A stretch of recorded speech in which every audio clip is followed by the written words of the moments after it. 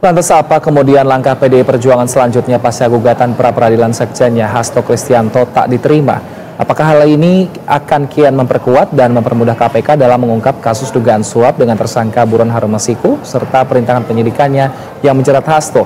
Kita akan membahasnya bersama dengan juru bicara PDI Perjuangan Aryo Seno Bagaskoro, mantan penyidik KPK Ronald Sinyal, serta peneliti Pukat UGM Zainur Rohman. Selamat sore Bapak-Bapak.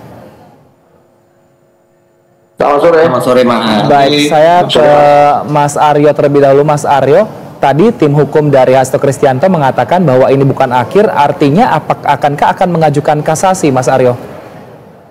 Ya, yang pasti memang sesuai yang disampaikan oleh Prof. Mulya Lubis bahwa this is not the end, bukan akhir. Sebagai permulaan klarifikasi harus saya sampaikan dulu, Mas, bahwa sebenarnya bahasanya dari putusan sidang pra-peradilan kemarin itu bukan penolakan, tetapi berkas atau dalam pengajuan gugatan pra-peradilan yang dilakukan oleh Pak Hasto Kristianto ini tidak diterima oleh PN Jakarta Selatan. Artinya ini ada perbedaan tafsir sebetulnya antara ditolak dan tidak diterima. Kalau ditolak, maka sebenarnya implikasi hukumnya, maka itu bisa menjadi penguat bagi misalnya untuk bicara tentang material kasus. Tetapi karena ini sifatnya adalah tidak diterima, maka sebenarnya ini lebih kepada persoalan administrasi hukum. Karena kalau kita mencermati apa yang menjadi pertimbangan hakim, itu adalah berkaitan dengan sebenarnya ini ada dua sprindik loh KPK ini mengeluarkan. Satu adalah tentang obstruction of justice, lalu yang kedua adalah tentang penyuapan. Nah, tetapi di dalam gugatan pra-peradilan yang dilakukan oleh kuasa hukum Pak Hasto itu hanya dilakukan satu pra-peradilan, bukan dua pra-peradilan untuk dua kasus atau sprindik yang berbeda. Maka dalam hal ini hakim berpendapat bahwa putusannya tidak bisa menerima. Tentu saja buat kami ini sesuatu yang cukup dangkal dan mengejutkan sebetulnya, karena harapan dari kami semua ini bisa lebih dalam mengulas tentang bagaimana sebetulnya sisi prosedural dari penetapan tersangka itu. Kalau kami melihat kan banyak sekali sebenarnya faktor-faktor yang secara formil itu bisa kami persoalkan dan dibahas secara substansial di persidangan. Tetapi karena ujinya itu sejak dalam urusan formil saja sudah digugurkan, maka tentu saja tidak bisa terlalu jauh membahas ke situ, apalagi ke urusan substansi materi. Nah, soal bagaimana tindak lanjut kami berdasarkan putusan hakim tersebut, maka ini tim kuasa hukum sedang berdiskusi, sedang melakukan suatu langkah pertimbangan dengan Pak Hasto Kristianto, apakah akan mengajukan kembali pra-peradilan, mengajukan kasasi atau seperti apa. Ini nanti akan segera disampaikan oleh tim hukum. Itu, Mas. Baik, saya ke Mas Ronald. Mas Ronald, Anda sebagai penyidik yang pernah menangani kasus yang menjerat Hasto, tanggapannya mengenai putusan hakim yang tidak menerima gugatan pra-peradilan Hasto ini seperti apa? Ya, terima kasih sebenarnya. Ya seperti yang sampaikan tadi Mas Seno juga mungkin ya, ini adalah putusan hakim memang tidak diterima ya, jadi bukan ditolak. Jadi silakan dikembalikan lagi kepada tim kuasa hukumnya saudara Hasto untuk apakah ingin melakukan pra-peradilan kembali. Tadi yang saya ketahui juga kan kalau tidak salah ini hanya satu gugatan pra-peradilan, sedangkan yang kita tahu bahwa kasus ini memiliki dua sprindik ya. Seharusnya sih dari tim kuasa hukum Hasto bisa mengajukan dua sprindik, namun dikarenakan putusan tidak diterima, tunggu saja apakah dari pihak kuasa hukum ingin mengajukan kembali praper sambil menunggu apakah putusan kasus ini bisa berlanjut dilakukan oleh tim penyidik dari KPK. Jadi secara nggak langsung bahwa kasus ini bisa terus berjalan. Apakah nanti sambil menunggu berjalan penyidik melakukan tindakan penyidikan yang kita tahu ya bisa melakukan penahanan ataupun melakukan tindakan lain terkait tindakan penyidikan ini sambil beriringan dengan tim kuasa hukum dari Pak Hasto untuk melakukan pra-peradilan kembali atau melanjutkan ke tahap persidangan secara resminya nanti. Mungkin seperti itu. Baik, saya ke Mas Zainur. Mas Zainur, menurut Anda tepatkah pertimbangan-pertimbangan hakim kemudian untuk tidak menerima gugatan pra-peradilan yang diajukan Hasto, atau memang menurut Anda ada berkas-berkas yang memang tidak mencukupi dari pihak Hasto?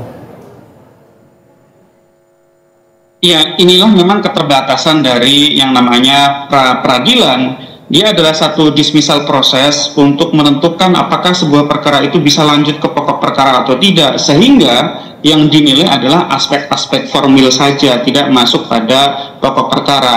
Adapun putusan NO Nit Conflict Verdict itu artinya memang tidak diterima, belum masuk juga kepada penilaian kecukupan alat bukti misalnya, atau bagaimana prosedur dari proses penyidikan yang dilakukan oleh KPK terhadap Hasto Kristianto. Nah, sedangkan kalau kita lihat alasan dari Pak Juyanto, Majelis Tunggal di dalam perkara ini, itu adalah ketika tadi sudah disampaikan oleh Mas Eno, ada 2 sprindik, tapi yang dipersoalkan hanya 1 sprindik.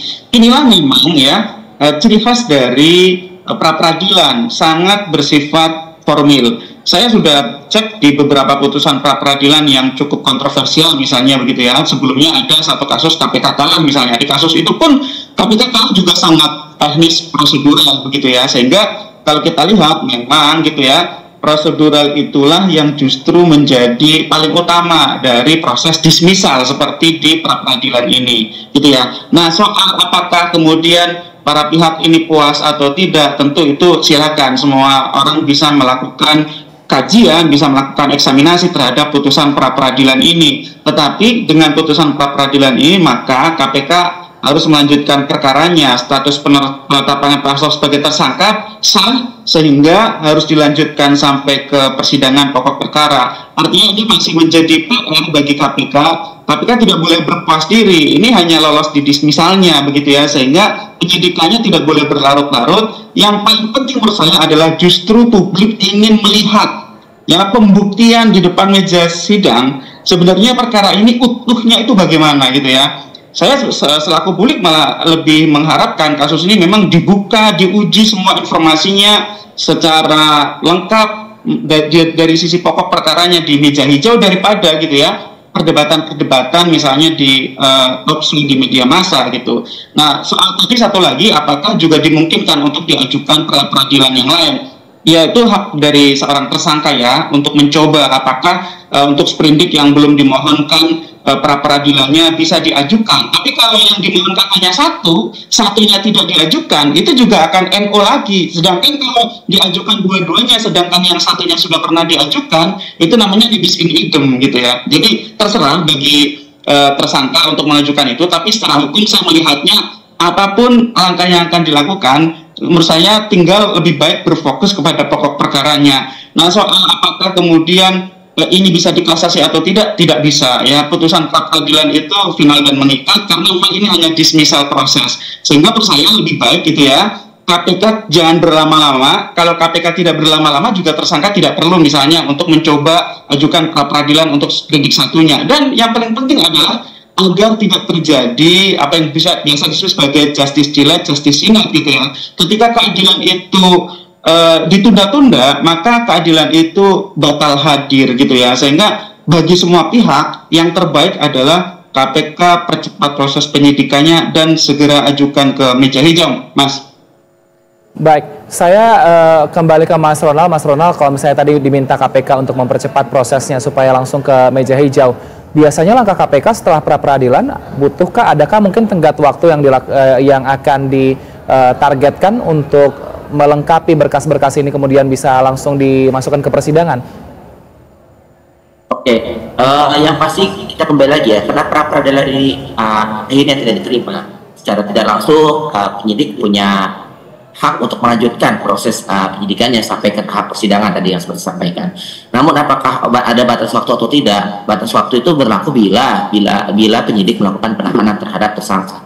Bila ini kan kita tahu ya, tersangka kasus ini adalah pemberi suap ataupun perintangan ya of justice. Jadi kalau suap itu maksimal hanya 5 tahun ya, kondisinya tidak lebih dari itu. Jadi masa penahanannya hanya maksimal 60 hari. Jadi kita lihat dulu, kalau misalnya KPK belum melakukan penahanan, berarti argonya itu belum berjalan terkait 60 hari. Namun bila dilakukan sudah melakukan penahanan, berarti ada batas waktu sampai ke tahap berikutnya, itu sampai ke penuntutan, itu 60 hari. Jadi sekarang kita tunggu saja apa langkah penyidik atau KPK ke depannya seperti apa apakah ingin melakukan penahanan atau ingin melakukan atau dirasa ada alat bukti yang masih kurang cukup seperti pengakuan saksi ataupun bukti yang lainnya, ya itu dikembalikan lagi kepada penyidik. Jadi kita tahulah penyidik mempunyai diskresi penuh terhadap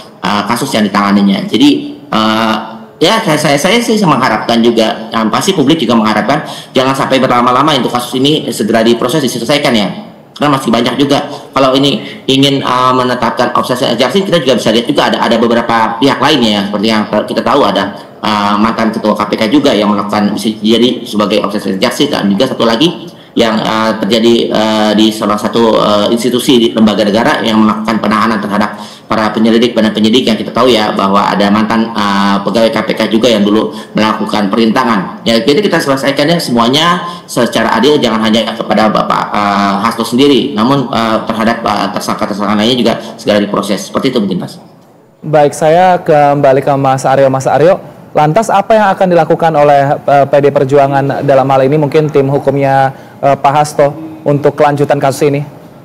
Ya, artinya sebenarnya kan kalau dari putusan hakim kemarin, dari diskusi yang muncul 2 hari ini, itu kan sebenarnya ada ruang hukum yang memungkinkan untuk kita melakukan misalnya mengajukan pra peradilan kembali. Itu di dalam koridor administrasi yang sesuai dengan pertimbangan hakim kemarin yang kami hormati.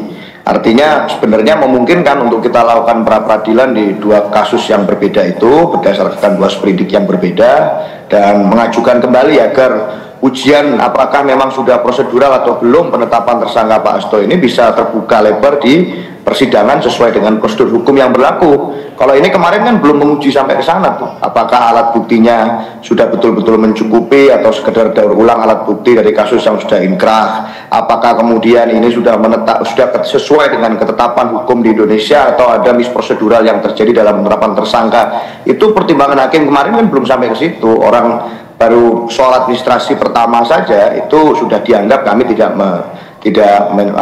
memenuhi prasyarat itu, karena harusnya 2 pra peradilan. Nah, tentu saja dalam konteks ini kami mengharapkan ada ujian yang lebih dalam, ujian yang lebih substantif, untuk dalam rangka kita bisa betul-betul mencari titik terang keadilan dalam penetapan tersangka Pak Hasto Kristianto itu. Nah, pengambilan keputusannya seperti apa memang kita masih menunggu bagaimana keputusan tim hukum. Tetapi dengan adanya ruang itu sebetulnya memungkinkan untuk itu bisa kita mengajukan pra peradilan kembali. Seperti yang disampaikan Mas Nola tadi, Mas, ini bukan hanya soal banyak orang lain juga yang ini orang menunggu tentang bagaimana kinerja KPK pasca pelantikan pimpinan baru. Banyak kasus-kasus besar lain pula itu yang masih ngantri di KPK kan. Banyak yang mengingatkan dari publik menyangkut institusi besar, nama-nama besar di berbagai kasus lain yang itu misalnya merugikan keuangan negara sangat besar yang hari ini ditunggu publik bagaimana penyelesaiannya, bagaimana pengungkapannya.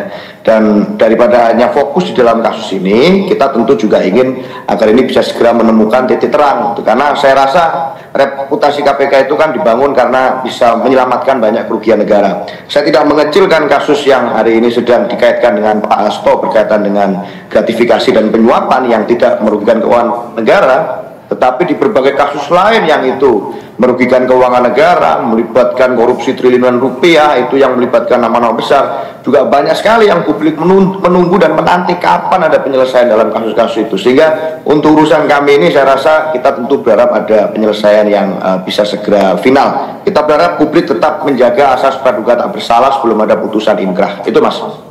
Baik, Mas Zainur, kalau ternyata mengajukan kembali pra peradilan untuk kasus yang berbeda, kalau tadi kan Mas Zainur juga sempat menyinggung akan kecil juga kemungkinannya untuk kemudian diterima pra peradilannya, tapi kalau Mas Zainur sendiri melihat seperti apa?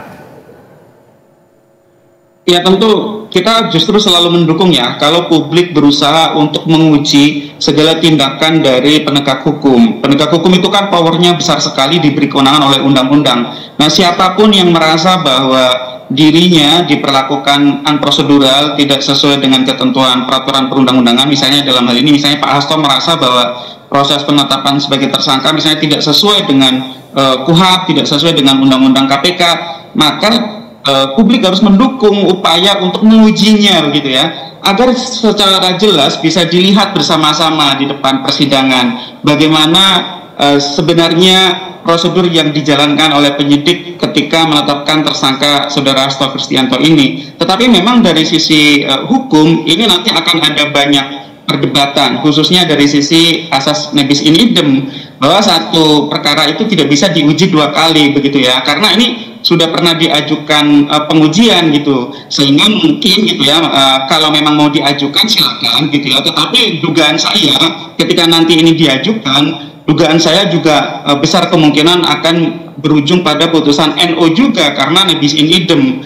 Itu tadi serba salah ya. Bagi Pak Hasto menurut saya alternatifnya tidak banyak, tapi silakan bagi tim hukumnya untuk memikirkan solusi apa yang akan diambil. Tapi kalau saya lihat dari sisi hukum ini kemungkinan untuk nebis in idem akan sangat besar karena sudah pernah diajukan gugatan, sudah pernah diuji, meskipun kemudian berdebat. Ini sebenarnya dua sprindik diuji semua dalam satu dokumen atau hanya menguji salah satu saja yang seharusnya diuji di dokumen yang terpisah. Itu kan kemudian menjadi pertanyaan, apakah itu artinya sudah pernah diuji atau belum? Kalau saya lihat ya artinya sudah pernah diuji. Nah kalau sudah pernah diuji, maka secara asas hukum kalau diuji lagi namanya nebis in idem. Nah nebis in idem itu artinya satu perkara dilakukan pengujian dua kali, sehingga akan berujung kepada NO. Jadi menurut saya silakan bagi seorang tersangka untuk menggunakan haknya, dicoba juga tidak ada salahnya, tidak ada resikonya begitu ya. Tetapi menurut saya yang paling penting adalah KPK-nya gitu ya. Tersangka silakan untuk terus menggunakan upaya hukum yang tersedia, mencoba dan seterusnya. Tetapi bagi KPK yang ditunggu oleh publik sekali lagi, ini kasus sudah sangat lama dan terlalu lama begitu ya. Sudah 5 tahun umurnya, mau sampai kapan kasus ini berlarut-larut begitu ya. Penetapan terhadap Pak Hasto ini menurut saya bukan perkara kecil. Ini juga menyangkut bisa berpengaruh terhadap orang banyak, misalnya terhadap partai, terhadap persepsi publik kepada KPK, sehingga untuk kasus-kasus yang seperti ini harus ada perhatian khusus. Dalam bentuk apa? KPK harus mengalokasikan sumber daya yang lebih besar untuk menyelesaikan kasus ini. Misalnya dari sisi SDM, baik itu penyidiknya misalnya, juga dari sisi jaksa penilainya, pemeriksa perkaranya, itu juga harus dipersiapkan agar kasus ini bisa segera P21 dan segera diajukan tuntutan di meja hijau. Tanpa dengan gerak cepat, kita khawatirnya kasus ini akan lama lagi nih. Nah kalau kasus ini lama lagi, ya publik hanya akan melihat tontonan di layar kaca seperti kita sekarang sedang berdiskusi, padahal yang seharusnya didapatkan oleh publik adalah pengujian yang berkekuatan hukum di depan meja hijau, sehingga akan ada kepastian hukum. Nah kalau sudah ada kepastian hukum,